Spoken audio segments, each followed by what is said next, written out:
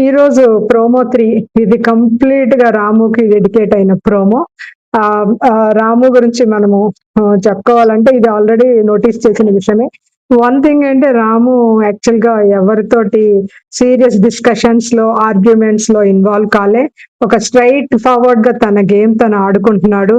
ఎవరిని ఒక మాట వదిలేయట్లేదు, ఎవరి గురించి బ్యాక్ బిచ్చింగ్ చేయట్లేదు, ఎవరిని యూనో అపార్థం చేసుకోవట్లే. ఆర్ఎల్స్ మొత్తానికి అయితే ఒక స్ట్రైట్ సీదా సాదా అబ్బాయి లాగా అనిపిస్తున్నాడు. అండ్ ఎన్ని మొత్తం చూస్తే ఒక 8 ఇన్సిడెంట్స్ లో 8 సీన్స్ లో రాము ఎలా ఫీల్ అవుతున్నాడు, ఎలా వచ్చేసాడు మధ్యలోకి.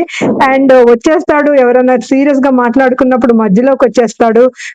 దాని ఆ కాన్ఫిడెన్షియాలిటీ అర్థం చేసుకోడు, తన ప్రజెన్స్ అవసరమా లేదా అని అర్థం చేసుకోడు, వాళ్ళ మధ్యలోకి రావడం తప్పు అని అర్థం చేసుకోడు అని తనుజ చెప్పినప్పుడు ఆ విషయం కరెక్టే అని ఈవెన్ నాగ్ సార్ కూడా మెన్షన్ చేస్తారు. రీతు డీమన్ పవన్ కి జరుగుతున్న దానిలోకి వచ్చేస్తాడు. కళ్యాణ్ భరణి తనుజాకి జరుగుతున్నప్పుడు వచ్చేస్తాడు. సంజన ఏడ్చుకుంటూ మాట్లాడుతున్నప్పుడు Suman and Ritu and Emmanuel, Nikhil and Gaurav and Suman and Ritu ఉన్నప్పుడు and Ritu and demon Pavan incidents లోకి 3-4 టైమ్స్.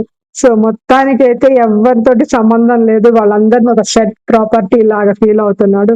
రాము ఇంట్లో ఒక్కడే ఉన్నాడు అనుకొని ఫీల్ అవుతున్నాడు. ఆర్ఎల్స్ దానికి ఎవ్వరు కాంపిటీటర్ లేరు.